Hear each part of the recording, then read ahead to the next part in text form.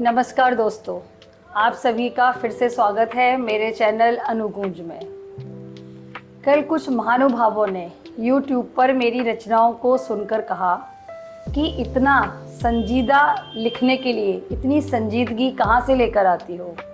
मैंने कहा, संजीदा मूड बनाना कोई आसान काम नहीं है। उसके लिए दिलीप कुमार को देखना पड़ता है, मोहम्मद रफ़ी और किशोर कुमार के नगमों को सुनना पड़ता है। अगर उसके बाद भी संजीदगी ना आए तो बेटे और पति की हरकतों को याद करना पड़ता है। संजीदगी अपने आप आ जाती है और चेहरे से हंसी चली जाती है। इतना सुनकर आप लोगों को समझ तो आ ही गया होगा कि आज की जो कविता है उसका विषय संजीदा ना होकर हास्य है, क्योंकि मेरा और संजीदगी का दूर दूर तक कोई नाता नहीं है और संजीदगी को मुझे रिश्तेदार बनाना भी नहीं है। तो आज की जो हास्य कविता है उसका शीर्षक है पतिदेव। हास्य कविता के लिए पतिदेव से बेहतर शीर्षक हो नहीं सकता। तो अगर आज की कविता आप लोगों को पसंद आती है तो सभी पत्नियां अपने पतियों को ज़रूर शेयर करें और सभी पति अपनी पत्नियों को शेयर करें और चैनल को लाइक, शेयर और सब्सक्राइब ज़रूर करें।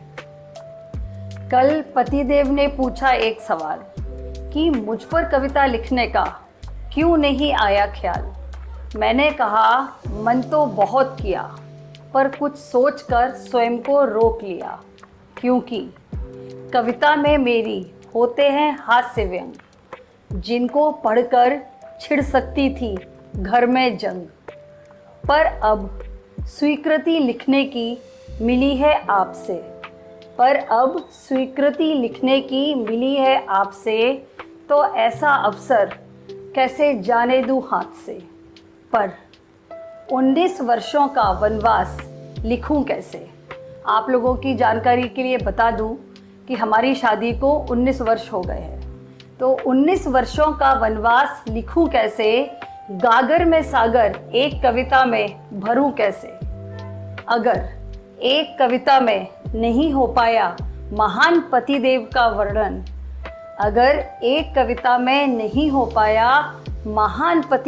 वर्णन, तो पतिदेव भाग 2 करनी पड़ेगी अर्पण।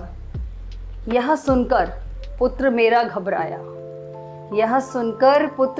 घबराया, पर पतिदेव विषय है यह जानकर उसको सुकून आया। अविलंब वह बोला, चलो अच्छा है, राहु केतु शनि मुझ पर से हटने वाले हैं, क्योंकि मेरे जो व्यंग हैं उसको मेरे घर में राहु केतु शनि की तरह लिया जाता है। अविलंब वह बोला, चलो अच्छा है, राहु केतु शनि मुझ पर से हटने वाले हैं, तीर तरकश के सभी पापा पर चलने वाले हैं। चिरंजीव की जानकर ऐसी मनोदशा, जो हास्य व्यंग को भी समझे है कि बिगड़े गृह दशा।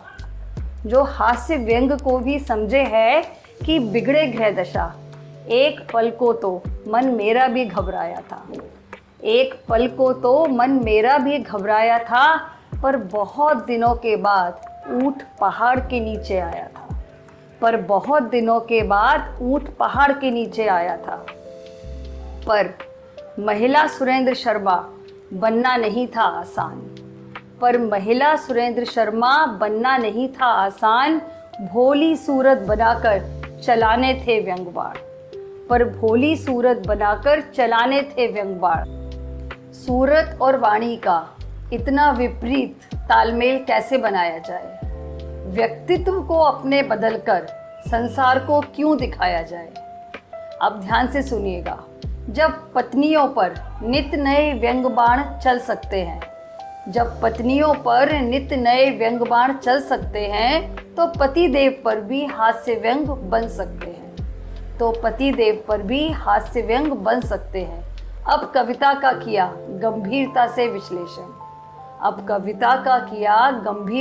विश्लेषण, पर 19 वर्षों की सामग्री भी लग रही थी